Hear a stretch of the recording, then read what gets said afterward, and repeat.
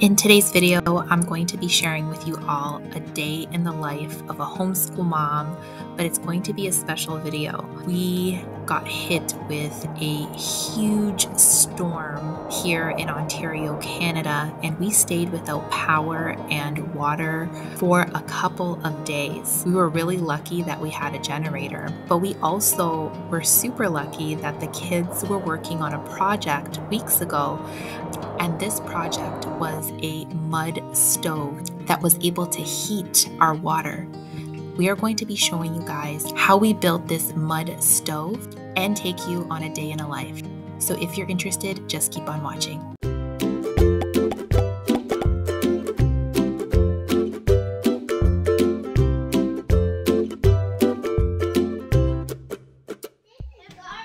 Guys, it's been day 3 without power. And right now, my husband, let me show you what he's doing right now. He's filling up the propane there because our generator stopped working. We have a generator, so we've been without power for 3 days. There was a huge storm that hit us on Saturday afternoon. There was barely any warning. The only reason we knew that the storm was coming was because of Vaval, right? Grandma called us, and my brothers and sisters that live in the city, they called us and said, you know what, there's a storm coming. I think you guys should maybe put down your gazebo, make sure to prep everything because it looks like a really bad storm. And they showed us videos, and I'm like, wow, but maybe when it hits here, it won't be too bad. We're about 3 hours away from the main city. And our gazebo, it moved 5 feet. Yes, our gazebo, let me show you guys. Our gazebo over there, it moved. And you see that my husband has, what's that thing? Concrete blocks? Yeah, and concrete blocks. Yeah, it's bricks, so concrete bricks holding down the gazebo, but our car was holding it down as well, because if it wasn't, it would have flown away. And our apple tree over there, half of it is gone. The roots are even coming off our apple tree, which is really sad. But other than that, we were safe. I'm happy that my family... The apple tree fell. It fell, I know. I'm happy that we were warned by our family, because there was basically no warning. If you didn't go into the weather app, we wouldn't know. Mommy. Yes, baby. I need this garbage. Can you put it in the garbage for mommy? It's broken. Okay, thank you. So yeah, today we wanted to take you on a day in the life. Today is Monday. It's actually Victoria Day. Do you know what Victoria Day is? Yeah, it's for the queen. Yes, it's the birthday of the queen. So we are still going to do homeschool today. I have everything prepped over here for us, and I'll show you guys a little bit of it. We've been trying just to make do. Yes, we have a generator, but we also can't use so much of it because propane is very expensive. It runs on gas. Yeah, propane is very expensive. And then also gas is expensive as well because it does run on gas, I believe. A couple of weeks ago, my husband had this idea to make a water heater, a mud water heater with the kids, just like a homeschool project to heat up our pool. You can hear the generator, it's already working. So what we did is that my husband built this a couple of weeks ago, and it came in handy this weekend because we wouldn't have hot water because our generator it's not enough amps. Our generator can only hold 40 amps. Yeah, so we wouldn't be able to have hot water if it wasn't for our mud water heater. So mud water heater or a rocket stove. Oh, okay, so it's a rocket stove, what we call it. So if my husband hadn't built that with the kids, we wouldn't have hot water.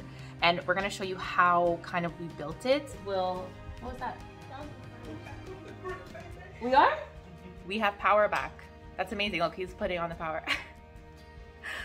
Okay, so 3 days without power. It actually put a lot of things into perspective. I think it did. My arm hurts. I think it really did put a lot of things into perspective when it comes to how much we depend on the system, and if something were to go wrong, how much we need to be prepared. And I'm really happy my husband bought a generator a couple of months ago. Anyways, let's take you along on our day. We'll still continue this day in the life. We'll also show you how we did, how we made a rocket stove out of mud. So you guys we'll take you guys along with us today.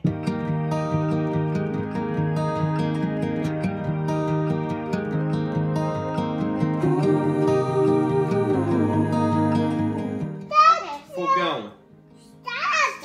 Estácio. Panela.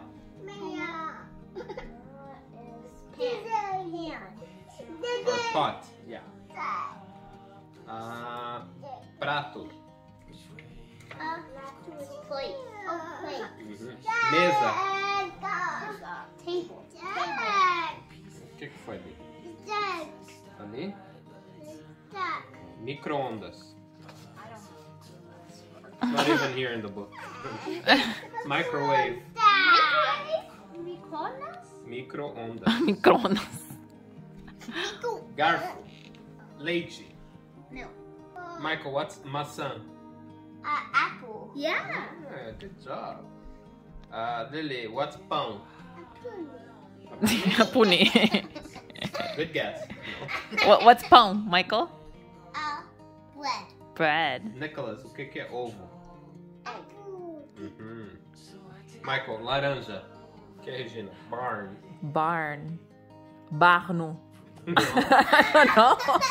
How do you say barn? Not even I knew that. Celeiro. Celeiro. I've never used that word in my life. Have you?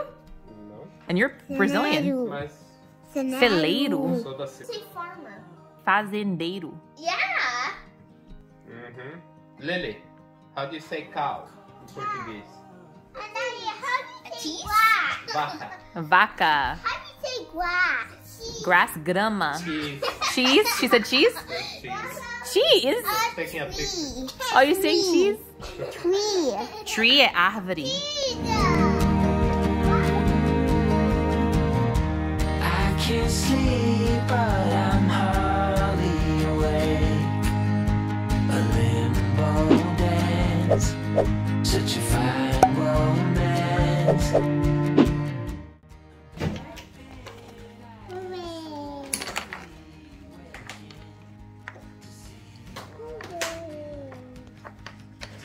Welcome, Mommy. Good job.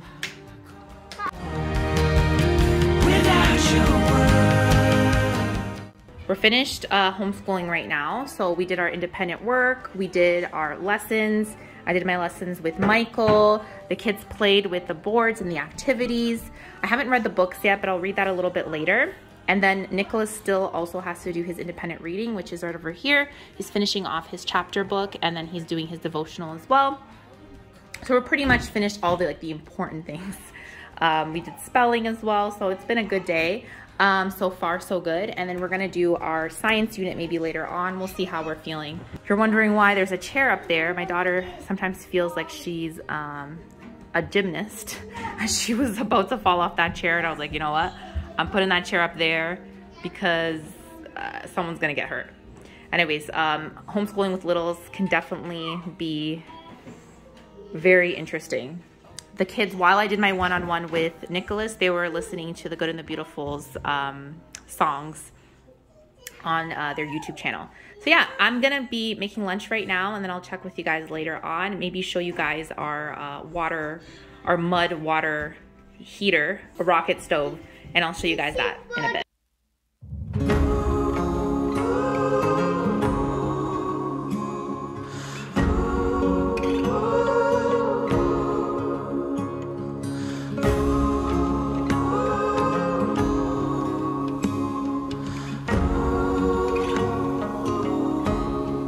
Ships from the south,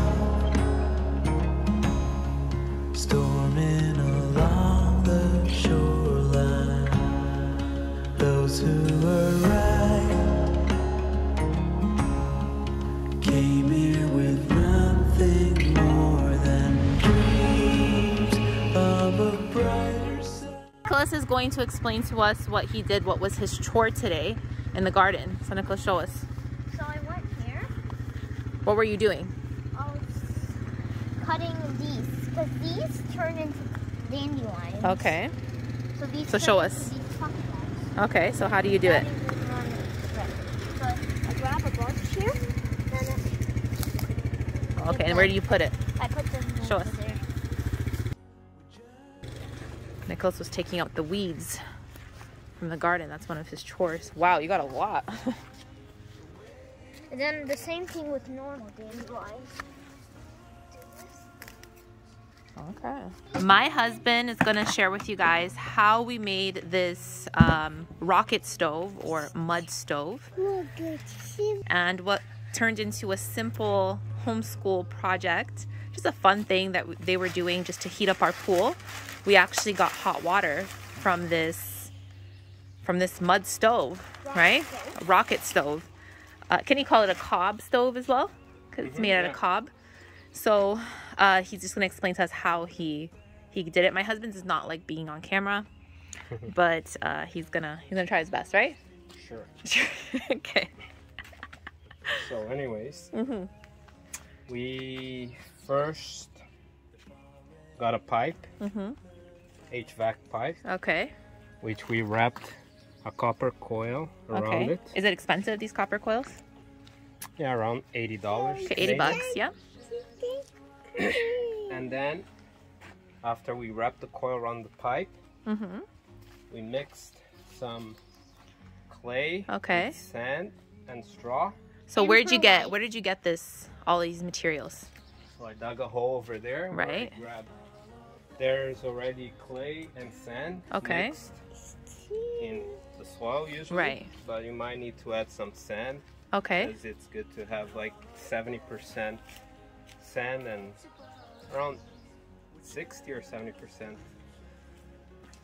sand and the rest clay. So it's Okay. not good to have too much clay. So you might have to add some sand depending on your soil composition. Okay. But you can research how to do like cob, and then you can get a better idea. Right. And then you mix some straw so it doesn't crack. Right. And you might want to add some perlite, which is some volcanic rock that they use for gardening, Okay. just to help keep the temperature inside. Well, you did that? You used all that? Mm-hmm. Oh, wow. Okay.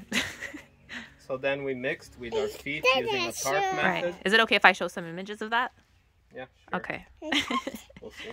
Yeah. So I'll have little images pop up here. And then after when we form it, then we put the pipe in the center with Okay. the coil. We lubricate the pipe so that after we're able to remove the pipe, How do you lubricate the pipe? I used grease. Okay.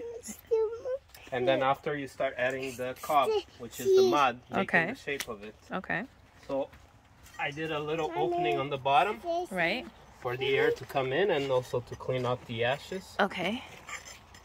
Up here, I added another opening on an angle so that the wood slides in as it burns up. It's supposed to drop. Okay. My pitch wasn't perfect, but next Okay. time, It's nice and hard though too. as it dried up, Yeah. that's hard. Crazy. Okay. It's like concrete now, right? Yeah. I would hurt my knuckles. I'm noticing a little crack here. Usually it happens after you can patch it up with using clay. More same clay, mixture. right? You just patch it up. patch it Okay. Isn't it because you didn't use it? Okay. And what? And then how do you? Right, How and did? then after, when you put it all around, you let it dry a little bit. Okay. 1 day or two. Right. How long did it take you to build this? 2 days. 2 days, right? And then I removed the pipe. Okay. I was left with the coil inside now. Right. So when I heat the stove, so when we add the wood and fire it up, the air gets sucked in through the bottom Okay. and creates a draft that sucks the air up, and Okay. the smoke and the flames get out through this way. Interesting. And as it heats up, the water in the coil gets heated up. Obviously, you can never leave the coil without water because you could damage the coil. Okay. So it always needs to have water inside, Okay. which helps the coil not to be damaged. Right. And if your water source is above level, then you can just run a cold pipe going to the bottom here, the cold. It will get heated up, and this one will leave, and you add it to the top. Okay. So the water will cycle by itself just with the temperature. Okay. In our case, our water tank was in the basement, Okay. so it was a little bit more tricky. We had to install a circulating pump to bring the water from downstairs to here and push it up and back into the hot water tank. Okay. And that's how we did it. Any questions? No. Okay. And I guess my question is, did I have any questions? Okay, it take you 2 days. And so how did you hook it up to the home? Like, how did you hook? How did you hook this up to our house? Because originally this was just to heat up our pool. Our pool is right there, just to heat up the water for our pool. It was a fun little project. But once we had no power, you hooked it up to our home. How did you hook it up to our home? Well, I saw a method that some people use a pump to always have hot water. Okay. So they install a pump next to the hot water tank, and it circulates the water at certain times or whenever the water is cold. Okay. So I use that method, but instead of circulating the water inside the house, I circulated it to go into the wood stove. Okay. And we had hot water, right? Wood stove. It's just amazing. Yeah, and it took me about an hour and a half To install it? the water. To heat up the water, okay. It needs maintenance. You can't just leave it and go. Like, Right. you need to be... And you put the fire over there, right? You have to keep on adding the wood, right? To Yeah, keep it's it. very efficient the way it burns. Yeah. And it works well with small sticks. So the stuff that falls around, we just grab whatever falls there. Right. And you can And actually it's cook on top of it too, right? Yep. You just add a few. I had my rocks here. I know, I had a don't know picture where of they it. are. So you put the pot on top of the rocks to let space for the air to come out. Okay. Well, thanks for sharing, Bibs. You're welcome. So I just wanted to add some final thoughts because sometimes we get so caught up with everything around us, and God has given us the provisions that we need all in nature, you know?